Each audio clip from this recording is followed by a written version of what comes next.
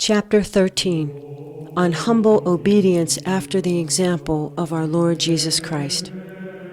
My child, they who try to withdraw themselves from obedience withdraw themselves from grace. They who seek personal privileges lose those which are shared by all.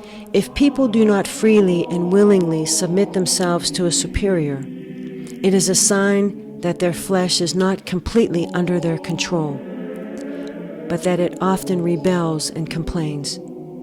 Therefore, if you want to subdue your lower nature, first learn to obey your superior.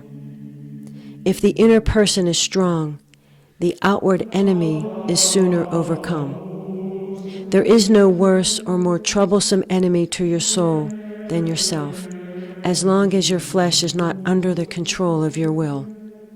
Therefore, it is an absolute necessity for you to acquire a true contempt of yourself if you would prevail over flesh and blood.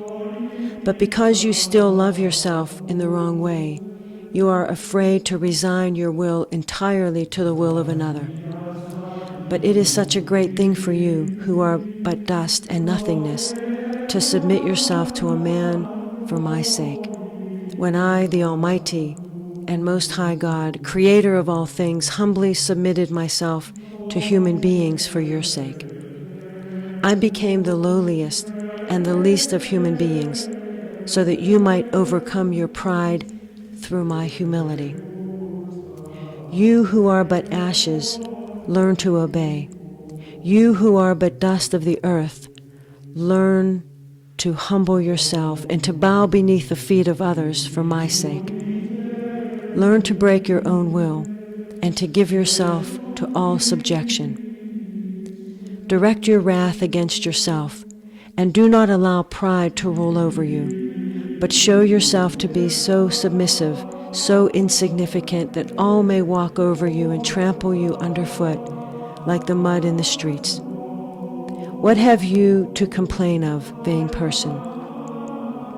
O wretched sinner that you are, what answer can you justly make to those who rebuke you, since you have so often offended God and so often deserved the punishment of hell?